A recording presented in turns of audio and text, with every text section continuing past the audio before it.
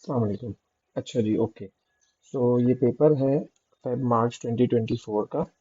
तो आज हम ये सॉल्व करेंगे। क्वेश्चन नंबर वन कहता है कि bismuth is an element in group 15 of the periodic table. Bismuth has metallic bonding. Draw a label diagram to show the metallic bonding in bismuth, right? तो metallic bonding में आप लोग क्या करते थे? बेसिकली मेटालिक बॉन्डिंग होती क्या है? Is an electrostatic force of attraction between cation and sea of delocalized electrons, है ना? Sea of delocalized electrons. तो दो लेयर्स बना दो, यही बहुत है। That's enough. तो फिर इसको कैटायन आप शो कर दो, this is cation. Okay, this is cation, cation, cation and sea of delocalized electrons. Right हो गया जी, ओके हो गया। तो ये है बेटा आपकी मेटालिक बॉन्डिंग। तो this is your cation and ये आपका है सी of delocalized electrons.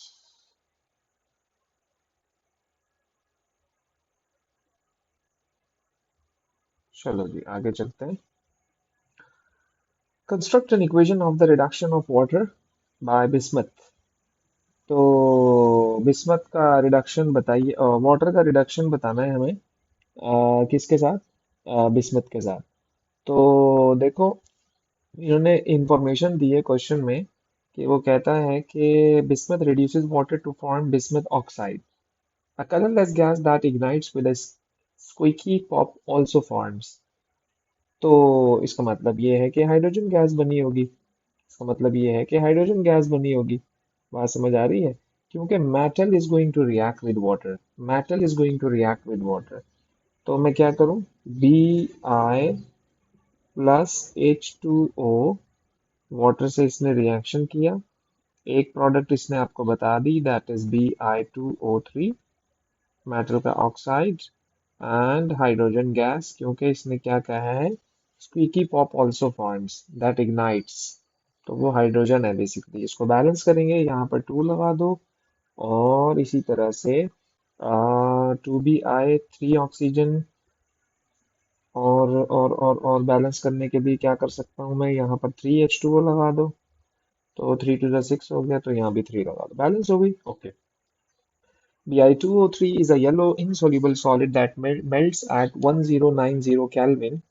1090 Kelvin. The molten compound conducts electricity, reduce the structure and bonding of Bi2O3. भाई इसको देखकर आपको डिसाइड करना है कि इसकी बॉन्डिंग क्या है, इसका मेल्टिंग एंड बॉइलिंग पॉइंट क्या है, यानी कि इसका स्ट्रक्चर क्या है और इसकी बॉन्डिंग क्या है। इन्होंने आपको मेल्टिंग पॉइंट बताया हुआ है। तो अगर आप याद करें कि कोवलेंट कंपाउंड के मेल्टिंग पॉइंट क्या होते थे, आयोनिक कंपाउंड के मेल्टिंग पॉइंट क्या होते थे, तो आप देख रहे हैं कि ये जो है मोल्टन में कह रहे हैं कि कंडक्ट्स इलेक्ट्रिसिटी। वो तो आयोनिक कंपाउंड होते हैं, good conductor of electricity in molten और एक्वस स्टेट। बात समझ आ रही है मेरी बात? है भाई? वो तो मोल्टन में गुड कंडक्टर होते हैं। और कह रहा है कि सॉलिड भी है, ये भी आयोनिक की तरफ इशारा कर रहा है। मेल्ट्स एट 1090 केल्विन, ये भी हाई टेम्परेचर है। ये भी क्या है? हाई टेम्परेचर है। तो मैं कहूंगा भाई कि इसका जो स्ट्रक्चर है वो giant ionic giant ionic lattice है। सेट हो गया। बॉन्डिंग क्या है इसमें? बॉन्डिंग इसमें आयोनिक बॉन्डिंग है। सेट है। जायंट का रीजन क्या है? जायंट का रीजन क्या है कि हाई मेल्टिंग पॉइंट है। हाई मेल्टिंग पॉइंट है। और आयोनिक क्या है? सॉलिड है, सॉलिड है, सॉलिड है। And good conductor, good conductor in molten state.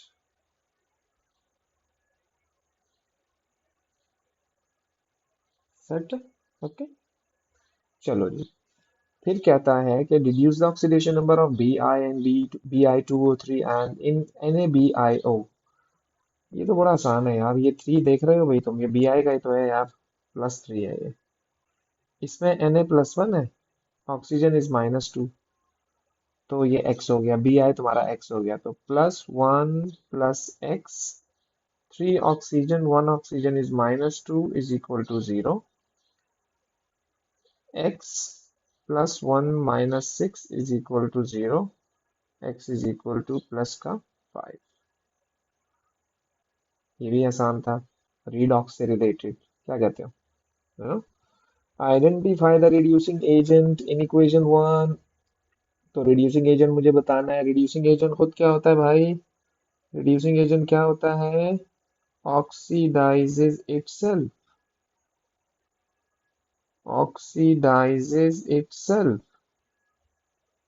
Okay, oxidises itself. तो अब हम देख लेते हैं यार कौन ऑक्सीडाइज हो रहा है। देखो ये बी आई जो है ना, ये +3 है यहाँ पर, और बेटा यहाँ पर क्या है, +5 है। अगर आप गौर करें तो ये नंबर इंक्रीज हो रहा है, तो ये नंबर इंक्रीज हो रहा है। इंक्रीज होने का मतलब ये है कि ये ऑक्सीडाइजेज इटसेल्फ, और जो ऑक्सीडाइजेज इटसेल्फ तो वो रिड्यूसिंग एजेंट है, तो that is Bi2O3, because itself oxidizes from +3 to +5, okay। Term oxidizing agent, तो ऑक्सीडाइजिंग एजेंट क्या करेगा? ऑक्सीडाइजिंग एजेंट दूसरों को ऑक्सीडाइज करेगा और खुद क्या हो जाएगा? रिड्यूस हो जाएगा। बात समझ रहे हो? खुद क्या हो जाएगा? रिड्यूस हो जाएगा।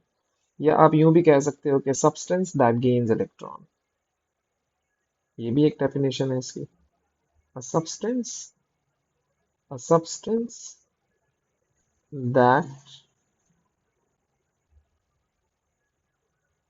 Gains electron. और आपको अच्छी तरह से पता है कि गेन्स इलेक्ट्रॉन का मतलब क्या होता है, कि reduces itself।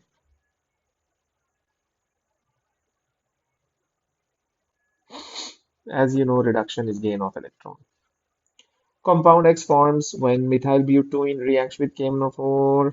Okay, this is your compound X, this is your compound X। 2 दफा OH लगा हुआ है मतलब डायॉल बना हुआ है, मतलब एल्कीन होगा, मतलब एल्कीन होगा। एल्कीन की जब हम ऑक्सीडेशन करवाते हैं तो बनता है डायॉल, और डायॉल बनता कब था? जब हमारे पास कोल्ड कंडीशन होती थी, कोल्ड कंडीशन,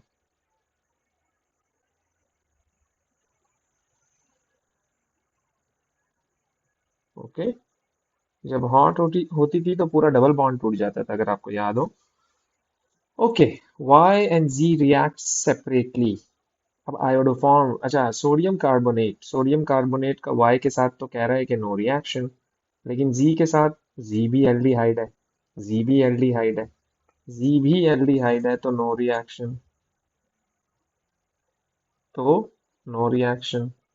एल्डिहाइड के साथ थोड़ी करता है कोई रिएक्शन ये, क्या कहते हो? कार्बोनेट है ना यार, तो कार्बोनेट है भाई। Alkaline iodine, alkaline, alkaline, alkaline iodine, अगर आपको मैं याद दिलाऊं तो ये टेस्ट किस किस चीज के लिए होता है? नंबर 1, ये टेस्ट होता है इसके लिए, this is called methyl ketone. Number 2, secondary alcohol like this। Number 3, ethanol, that is exceptional case। तो ये है ना यार, इसमें क्या कहते हो, ये रहा methyl ketone, CH3C double bond हो, है ना, CH3C डबल बॉन्ड हो, तो इसको तो पॉजिटिव टेस्ट देना चाहिए, इसको तो पॉजिटिव टेस्ट देना चाहिए। तो भाई जब ये पॉजिटिव टेस्ट देता है ना, तो बेटा येलो पीपीटी आती है। अब आप सोचोगे कि येलो पीपीटी किस चीज की आती है, तो आयोडो फॉर्म बनता है, CHI3 बनता है बेसिकली, जिसकी येलो पीपीटी नजर आती है तुम्हें। हाँ हाँ हाँ हाँ, इसमें भी नजर आ रहा है हमें CH3C डबल बॉन्ड हो। स्केलेटल बना हुआ है ना, तो कार्बन लिखा नहीं हुआ, कंफ्यूज किया हुआ है। तो सेम चीज आपको यहाँ भी नजर आएगी। यहाँ भी आपको सेम चीज नजर आएगी। सेट हो गया? ओके हो गया जी। अच्छा आइए जरा, 2,4-DNPH, this is test for carbonyl group. Carbonyl तो दोनों में है, कार्बोनाइल तो दोनों में है। तो जब ये टेस्ट पॉजिटिव आता है तो हमें क्या नजर आती है? Orange PPT. यहाँ भी क्या नजर आएगी? Orange PPT. क्यों? कि दोनों के अंदर कार्बोनाइल ग्रुप है। ओके, तो 2,4-DNPH test for carbonyl compounds.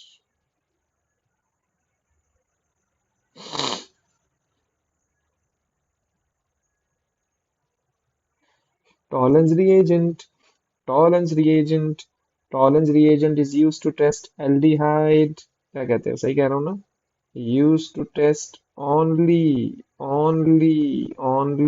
aldehyde. तो भाई एल्डिहाइड तो आपके पास अल्लाह भला करे जी है, वाई तो नहीं है। तो वाई में इसका नो रिएक्शन, वाई में इसका नो रिएक्शन। यहाँ हो तो जाएगा एल्डिहाइड में, क्योंकि जी इज एल्डिहाइड। तो ऑब्जर्वेशन क्या होगी? चूंकि टॉलेंस रिएजेंट है तो सिल्वर मिरर बनेगा।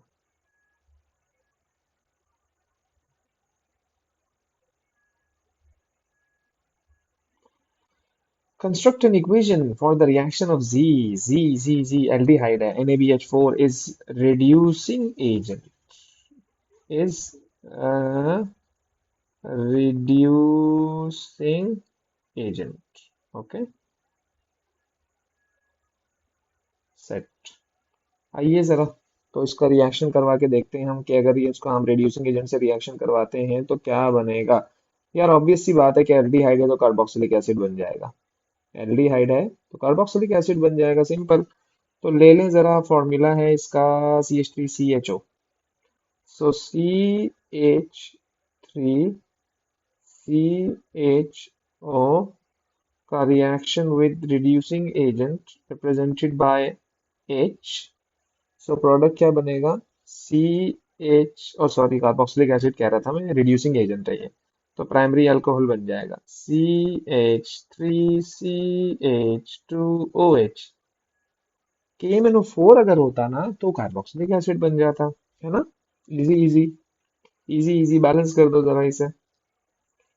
यहाँ पे कितने हाइड्रोजन है तुम्हारे पास? तीन और दो पांच और एक सिक्स हाइड्रोजन है। यहाँ पर कितने? तीन और एक चार और दो पांच छह हो गए, तो ये भी टोटल सिक्स हाइड्रोजन हो गए।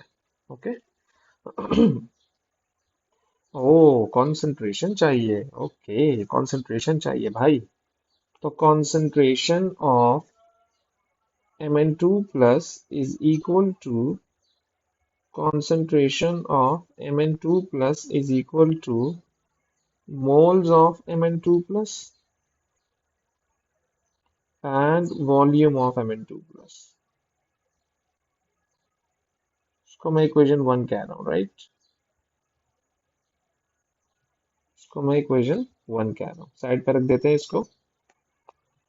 अब आइए जरा, कहता है कि आपके पास पहले तो देख लो आप, तुम्हें डाटा क्या क्या गिवन है, ताकि उस हिसाब से फिर हम अपनी कैलकुलेशन करें। बेटा एक तो आपको दिया हुआ है 25 cm cube sample of diluted solution with this volume and concentration।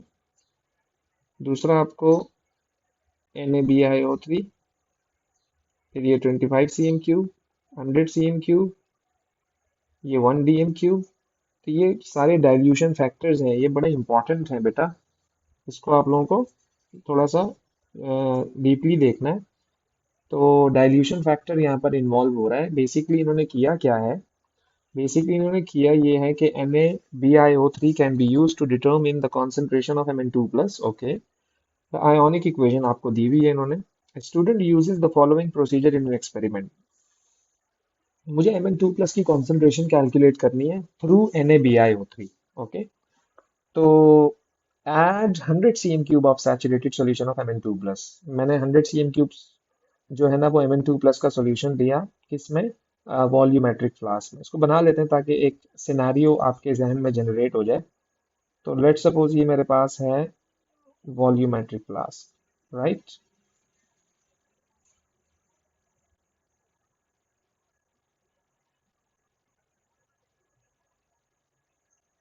ये वॉल्यूमेट्रिक फ्लास्क है।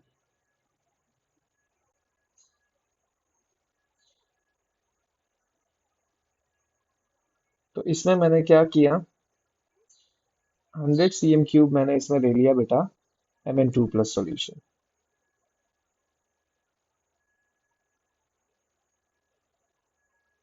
सही है। 100 cm³ मैंने क्या किया इसमें, जो है वो Mn2+ का सॉल्यूशन लिया है। Add distil water to the flask to make 1 dm³ diluted solution. और ये जो फ्लास्क है ना, यहाँ तक ये 1000 cm³ का है। ये जो टोटल फ्लास्क है ना, ये 1000 cm³ का है। तो 100 cm³ जब मैंने इसमें Mn2+ डाला तो उस सॉल्यूशन को मैंने मेकअप कर दिया, पूरा पानी डाल के इसको 1 लीटर बना दिया। 1 dm³ बोले तो 1 लीटर। बाकी पानी से मैंने इसको फिलअप कर दिया, सॉल्यूशन आपका मेकअप हो गया। तो now this solution is 1 dm³। इसमें से इसमें से इसमें से टेक टेक 25 cm³। इसका 25 cm³ निकाला, इसका इसका डाइल्यूटेड सॉल्यूशन का, याद रखिएगा बड़ी इंपॉर्टेंट बात है ये। अच्छा जी, कह रहा है कि इस सॉल्यूशन को हमने टाइट्रेट करवाया। ओके। और टाइट्रेशन में BiO3 का इतना वॉल्यूम खर्च हो गया। तो इसका मतलब ये है कि आप बड़ी आसानी से BiO3 के मोल्स निकाल सकते हो। कैसे निकालें, आइए जरा। मोल्स ऑफ BiO3, NaBiO3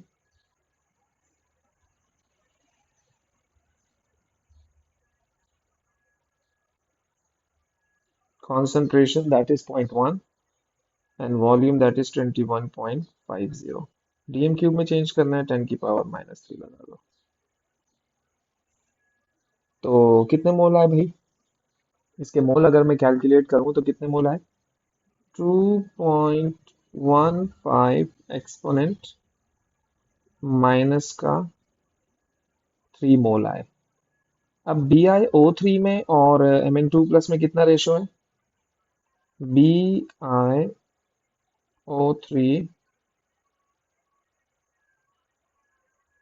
और Mn2+ में according to equation mole ratio बनता है 2:5 का, 2:5 का।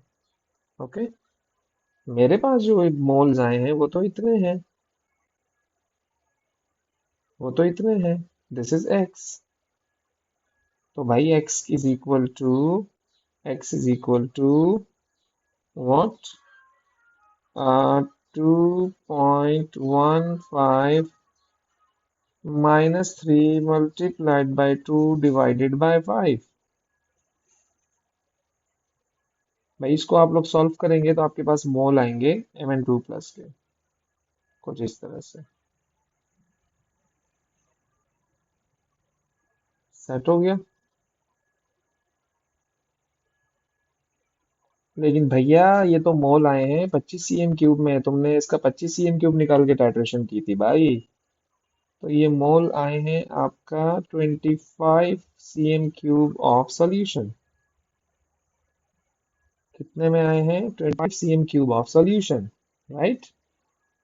तो 25 में इतने हैं। तो बेटा मैंने तो, जो मेरा जो वॉल्यूम है वो तो 100 cm³ है। मेरा जो वॉल्यूम है यानी कि 1 लीटर है, 1 लीटर है, 1 लीटर। तो अगर अगर 25 cm³ वॉल्यूम में इतने मोल्स हैं तो 1000 cm³ में कितने होंगे, 1000 cm³ में कितने होंगे, x होगा। तो कर लें जरा इसको कैलकुलेट, कर लें जरा इसको कैलकुलेट।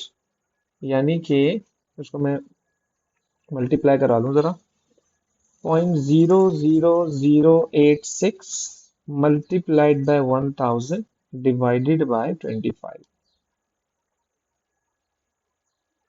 है भाई।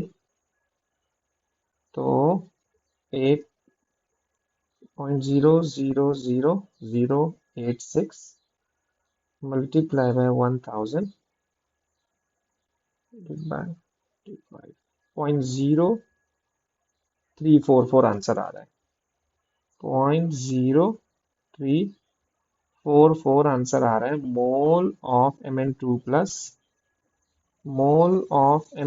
Plus in 1000 cm cube of solution. तो ये आपके पास आ गई कॉन्सेंट्रेशन। ये आपके पास क्या आ गई? कॉन्सेंट्रेशन। और सॉरी, वॉल्यूम आ गया। अब आप इसको पुट करें ना इक्वेशन वन में। अब आप इसको पुट करें ना इक्वेशन वन में, ताकि आपके पास Mn2 प्लस आ जाए। So concentration of Mn2 plus is equal to mole, that is 0.0344 divided by the volume of Mn2 plus जो कि आपको गिवन है। वॉल्यूम जो कि आपको गिवन है कितना? 100 cm क्यूब आपने लिया था। 100 cm क्यूब आपने लिया था। 100 cm क्यूब। तो 100 को आप डिवाइड करवा दो 1000 से।